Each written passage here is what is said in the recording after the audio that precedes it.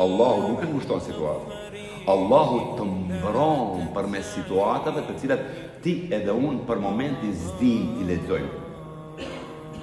Besoni, ne jetojmë në realitetin e Zotit, po në realitetin tonë mendor, mental, psikologjik, ne shpesh gabojmë dhe shpejtojmë. Pse? Se njeriu khuliqal insanu min ajal. Njeriu u krijua nga nxitimi, nga ngutja, nga natyra jemi të nxituar, ashtu. Ama në bazë disa vjetëve çfarë themi? Mirë që s'u bë ajo punë. Ne ishim të uvra për t'u bë, Allahu kish vendosur mos bëhet.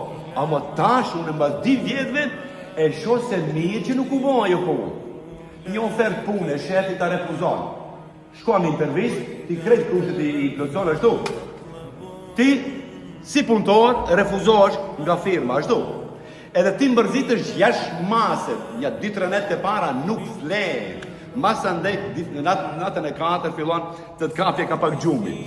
Kur e shemu, Zoti mos e boft, ka jo fabrika që dojshe ti të hinsh në punë, mu atë datë kur ti adesh të fillojsh në punë, krejt fabrika digjet bashkë me punëtorë. Ti supranove dhe shpëtove. Shef? E tash o mirë për ti ja kesh. A be mirë është, ti nuk din të lexojsh, mos u von pasavër.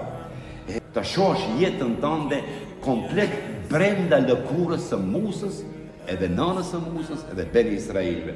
Të shosh se realiteti sotëm, edhe gjithmonë realiteti i psikologjisë njerëzore, do jetë i lidhur ngushtë me jetën e Musës, me jetën e Jusufit a.s. edhe me jetën e pejgamberit a.s.